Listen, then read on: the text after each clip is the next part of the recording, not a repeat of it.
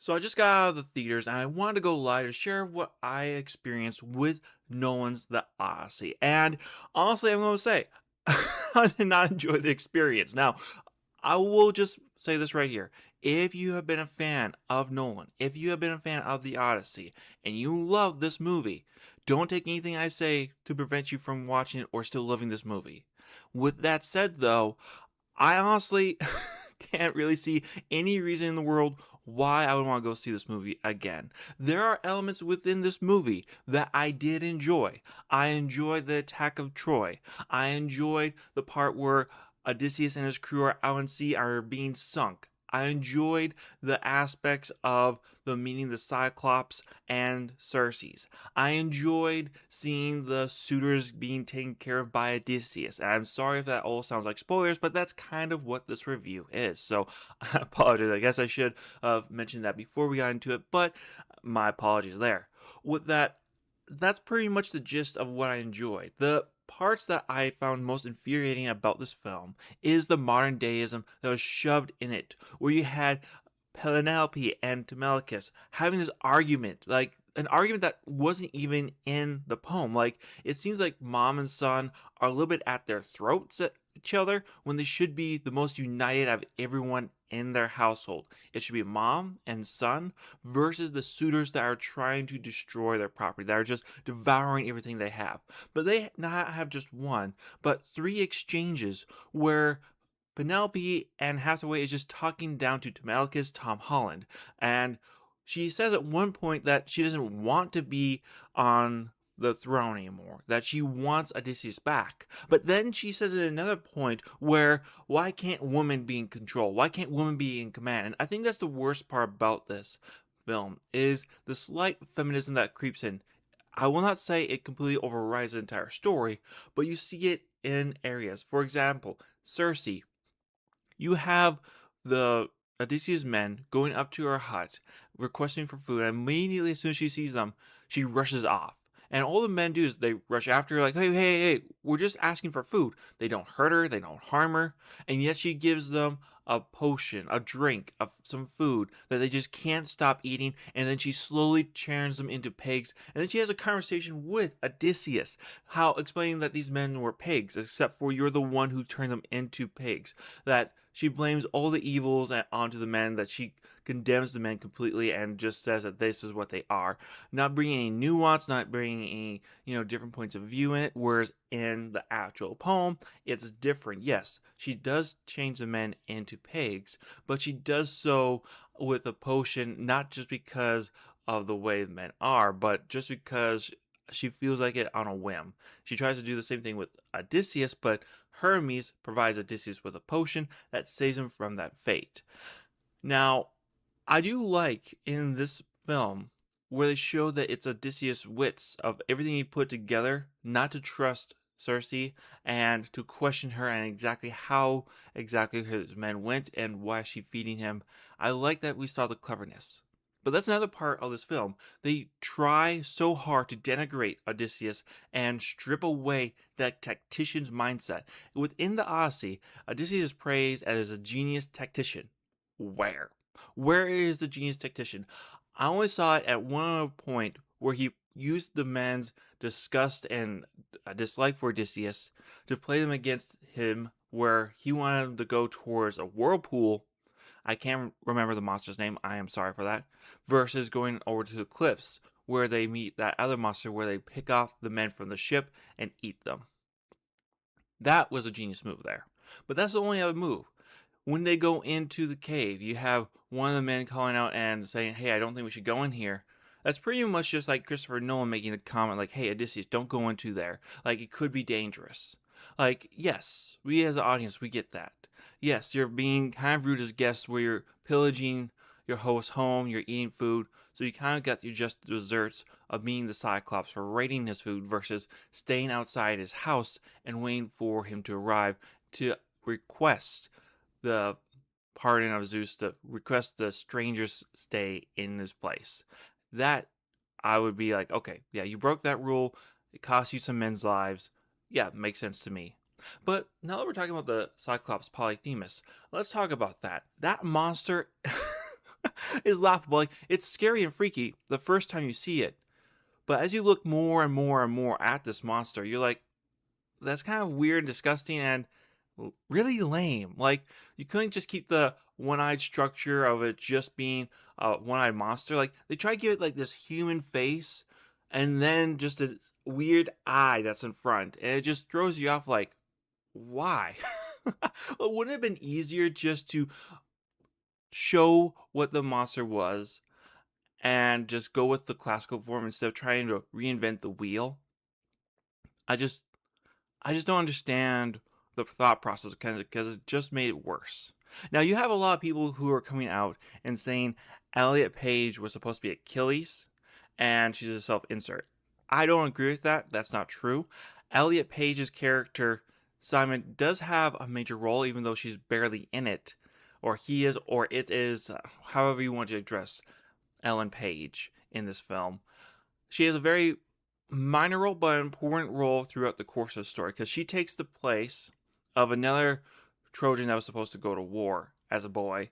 And at the end of it, he ends up being a sacrifice and sells the story of the Trojan horse, where the Trojans then take that into the city and then Troy falls. That was all excellently done. I liked it. Um, that's really the best I can say for Elliot Page. Not in a whole lot, but not really worth it in my opinion. The ghost scene, I definitely can agree where people are coming at like this should have been Achilles. Like we should have met him. Like totally agree. Missed opportunity to bring Brad Pitt in and have him have a conversation with Odysseus, with Matt Damon. But what are you gonna do there? At least we gotta see uh, Agamemnon down in the depths, but we didn't get his warning to Odysseus because in the poem, Agamemnon tells Odysseus, "Beware of women, beware of the cruel designs." Whereas in this, all he tells Odysseus is, "Be careful when you come home, be secretive." Like, no one tells him about, hey, the suitor's at home, the land plots. Like, in the poem, Odysseus' mother has passed away out of grief of her son not being there, and informs Odysseus, like, hey, there's a whole bunch of suitors at your house. Be wary of what's going on. We don't get any of that. And instead, we get this whole part where all his soldiers blame Odysseus for their deaths, that they're charging after him. Like, no, like, Odysseus didn't kill them. Odysseus asked for volunteers, he created his army, he created a draft, and he went to war. Yes, it is unfortunate that you passed away, but you did gain great honors for yourselves, for your family, and for your nation. And in Greek culture, that was something that was important. They didn't die as cowards, or at least presumably they didn't. Presumably they didn't die from a hanging or execution by their own side. So why are they angry at Odysseus? That's just something that didn't make too much sense to me personally. If you could explain that to me, I would greatly appreciate it. We then have Calypso, and I honestly thought the whole part with Calypso on her island, I thought that was pretty well done. I don't really have too much of an issue there.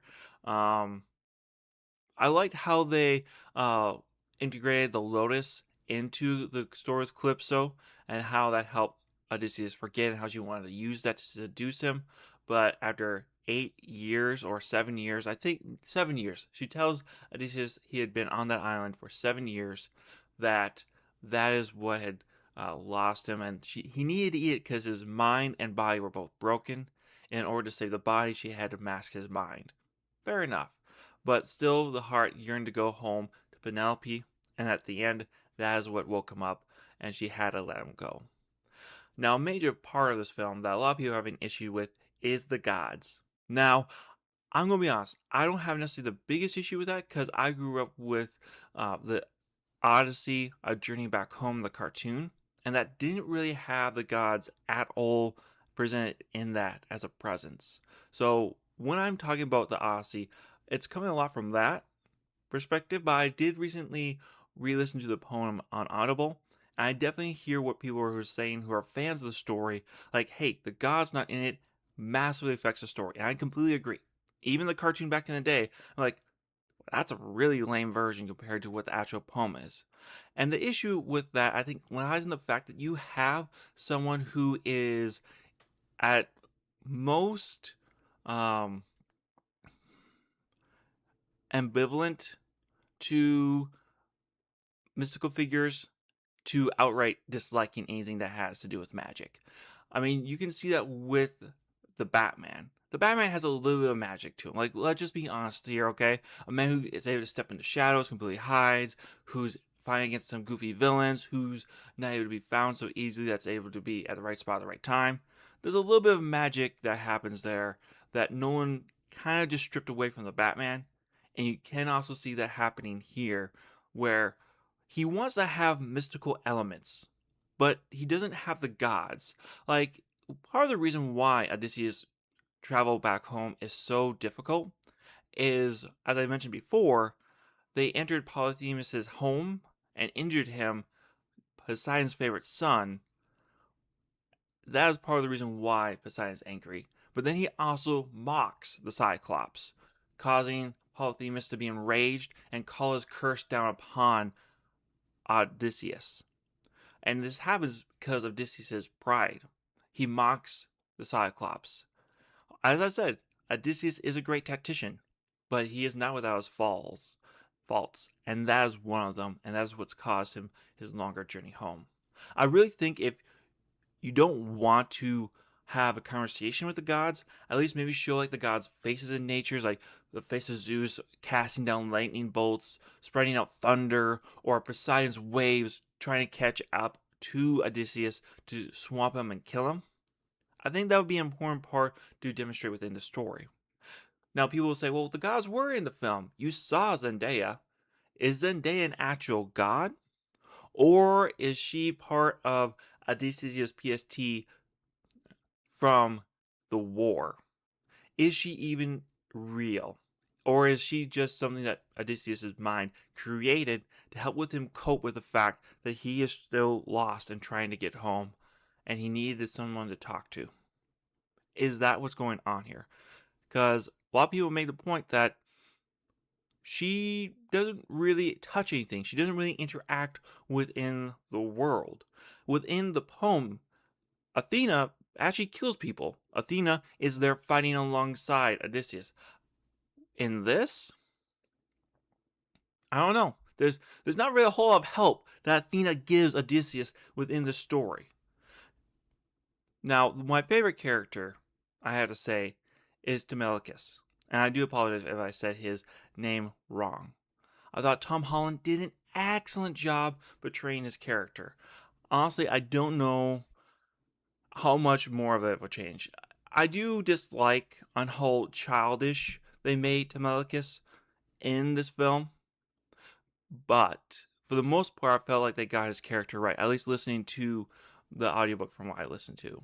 I thought they did a pretty good job representing him as a young man going out, trying to meet with Meliodas and discover what's going on to his father and see if there's any word of his survival. I thought that was pretty well done. However, my issue is with that scene. Yes, he goes Meliodas. Meliodas and Helen are able to deduce that he is the son of Odysseus without him saying anything, which is great. But then you have Helen of Troy, whose face has been marred and scarred, giving the impression or the idea that Meliodas abused his wife, that after all that fighting, after everything they did, after the most beautiful woman of the world, you scarred her face. I personally highly doubt that, because within the poem, nothing like that is mentioned. She's still the most beautiful woman in the world, and she doesn't have very many lines to say. But when they're leaving, she turns to Telemachus and tells him, like, hey, tell your mother I'm so sorry for everything I've caused, everything I've done. I'm so sorry for the heartache and all that. Like, good, I guess you're great at that, thank you. But in the poem, once more, it's argued like the Trojans kidnapping Helen and then all the Greeks going after Troy to get her back. Now, in this film, it makes you question, did she go with the Trojans willingly? Did she not? Is that why she's feeling guilty? it just brings something interesting there that you just wonder, like, what the heck's going on here. Also, you have moments that are just forced into the story that you don't feel that are natural at all. And I personally probably think that this is due to the pacing of the film, because if you were to naturally let this all play out the way it does in the poem, you probably could add another 2 hours to three. In all honesty, this movie should have been probably either a two-parter, a trilogy, or just a great extended series of episodes telling the story of the Odyssey. It doesn't really work in one confined film, and this kind of just proves it. I liked how uh, Meliodas was betrayed. I'm so sorry, I'm forgetting the gentleman's name. Let's go grab that name. John Bernthal. There we go. I like how John Bernthal portrayed Meliodas of Sparta. I thought he did a good job there. Um, that's pretty much it. Don't really have too much to say. He gave Telemachus some good advice. That's pretty much all we got. I disliked some parts towards the end of the film where they never brought in the cow farmer, nor did they give really good respect to the pig farmer that are big parts of the story for the end part, where they help Odysseus and Telemachus retake their home and kill the suitors. I thought they could have done a better job portraying them in the film than what we actually ended up seeing, in my personal opinion there. Although, with that said, I do like how they gave Odysseus' dog more story, more of a backstory. Not really changing anything, but you get to see how this dog was important to Odysseus. How he had lived 20 years, how he had stayed alive for as long as he had, and then upon seeing his master, wagged his tail a little bit and then passed on. I love that we got to see that. That was fantastic. Because in the poem, saying that he's a minor character is an overstatement. There's nothing really much that this dog is really in there, except for towards the tail end. So I'm glad that we got to see the dog from when he was a pup, the loyalty of him, and how he held on till his master returned home, and then finally let his spirit go to the underworld. So I'm glad that we saw that. And it just really goes to help portray the suitors as worse people when they kick the poor old dog, where they abuse him, where they almost kill him. It really makes you despise and hate these suitors. And these suitors, let's just talk about that for a moment, okay? These suitors, I don't think they did a good job on showing how much Telemachus and Persephone have been trying to get them out of the house. Because in the poem, you literally have Telemachus going to the council, urging them, asking them to help him get rid of these suitors in their house. And they don't do anything at all from what I can recall. Now, if I'm wrong about that, let me know. But from what I can remember, he goes to the council, they don't do anything, and that's where he throws down his curse upon the suitors, which eventually will come to pass at the end of the poem. In this, we don't get that. Instead, we have a speed run of Odysseus' plot for revenge against the suitors. Again, there's so much of the story here that it feels super long, but way too crammed together. Like, I haven't really experienced that in a long time to a film. Like, I can't even remember the last time I felt this. It just feels like there's just too much just being forced that should not be. But maybe that's just my simple perspective of it. I like the fight scene somewhat that happens during the time when Odysseus is going up against the suitors. It just, the way we get there, I don't feel like it's good enough. Like, you have Odysseus, he meets with Penelope. She catches on real quick that this is Odysseus that she's talking to. But the Odysseus that we're talking to is regretful for the war that's happened, regretful for everything he did, regretful for his tactical mind, and really starts to blame himself and everything they did. Whereas in the poem, he's pretty proud of what they accomplished in the war. He's pretty proud of the trick that they played on the Trojans. I do think they do have a good point on where saying, like, hey, we left this gift for the Trojans, and through that gift, we use it to destroy Troy. And you could say that from doing that, the gods rained down punishment upon Odysseus and Agamemnon, which is an interesting way of looking at that. But At the same time, film treats this as if this is the first time that he has ransacked a city, raided a city. As far as I'm aware, if you're the greatest tactician enough for Agamemnon to go after you, this isn't the first time you've been on a raid. In fact, in the story, in the poem, it's mentioned that it's not, that he has fought before. So the way that men act, the way that the war is portrayed, he's not a stranger to it. And I feel like the film wants to give you this perspective like, oh, this is his first real fight. This is his first real time going to war. And then acknowledging the horrors that happen. No, raiding and pillaging is something that has happened and will happen. They try to make it sound like, hey, why did your villagers go and hide when we first come ashore? We just want food, and it just shows it being burned. So, are we are we saying that because everyone ran away, that they set the fire to the homes and took the food? Like, I'm confused exactly what we're saying here. Like, well, we're trying to give this brutalist aesthetic to Odysseus' crew, and that's what's going on. And then you have this whole part coming in where they're calling them the sea people, or the sea people are raiding and causing destruction throughout all of Greece. They're causing the Bronze Age collapse. And I guess that kind of works. You can kind of play on it. But I feel like if you're going to do the Bronze Age collapse, you need to do that in a separate story that doesn't really mesh well within this story. But they tie it all together because of them using the horse as a gift to Troy, that they broke the oaths of men with Zeus, and because they broke those oaths with Troy, that they then are going throughout the rest of Greece. And I guess you could also say that because they left Simon there to relay the message, hey, we're here to provide peace, and that's pretty much the end of that. And because the Trojans think that this is a peace, they respect the gift and bring it inside. So from that telling, I guess it makes sense. Whereas in the actual story, if I remember correctly, is that they left a gift for the Trojans, a horse, but I don't know if there's anything that was supposed to be declared like, hey, we're going to have peace now. As far as I'm aware, the war was still going on. The armies just left, giving the indication like, okay, the army's gone, so presumably the war's over. Well, then they bring the horse inside, and then the forces come out. So I guess maybe on a fundamental part there, you could say that's causing the issues there, but I don't know. Um, yeah, and then you have all of a sudden out of the blue, Penelope declaring a contest.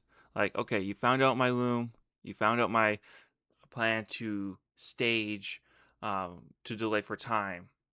Well, that time is over, and now here's my next contest. You have to string my husband's bow, use that to shoot an arrow through 12 axes through the ring to become my suitor. And none of the suitors can do it, which is good. I'm glad they followed that along. It just doesn't flow well enough, in my opinion. But that's my personal thoughts on the matter. Overall, would I recommend this film? No, I can't recommend it. The film, for me, I put it about a 3, but that's because I just recently listened to the actual story and have some lingering treasure for the story from my childhood. If you're going to come into this completely agnostic, not having any real feelings any which way, I can honestly see you calling this like a 6 out of 10 film. I don't know how you would call it a 7 out of 10, or even those people calling it 10 out of 10. If you can tell me how you can do that, I would love to know. As far as I can tell, that doesn't really fit for this film, at least from my perspective. But that's kind of my ramblings of a madman. I want to hear what you guys' thoughts are. Anything that you thought I was over talking about, maybe dressing down a little bit, I'd love to hear it. Leave a like if you liked the video, leave a dislike if you did not, and don't forget to subscribe, everyone. I really do want to have a discussion about this because I think this is probably Nolan's worst film that I've seen. Do I think that this is going to fail the box office? That's hard to say, man. Like, it's Christopher Nolan. I don't want to say that anything he does is going to fail because he's been successful. But this movie was bad, in my opinion. I think it will make 500 million. I think it will reach 700 million. Does it reach 800, 900, or a billion? I don't think it can reach a billion. I think it might be able to reach 900 million. I think that might be where it stops, though. Because you have to remember, next week we have Spider-Man was it Spider-Man Homecoming? Or I can't remember. Spider-Man One More Day, I think. Sorry, I can't remember the name of the Spider-Man film that's coming out. With that film, though, as long as it's better than the Odyssey, I think that's going to eat its lunch. It's not as long as the Odyssey, and it looks like it's going to be more of a engaging story, but that's just my opinion. With that said, hope you all have a wonderful rest of your day and a great week ahead of you. You all take care now. Bye.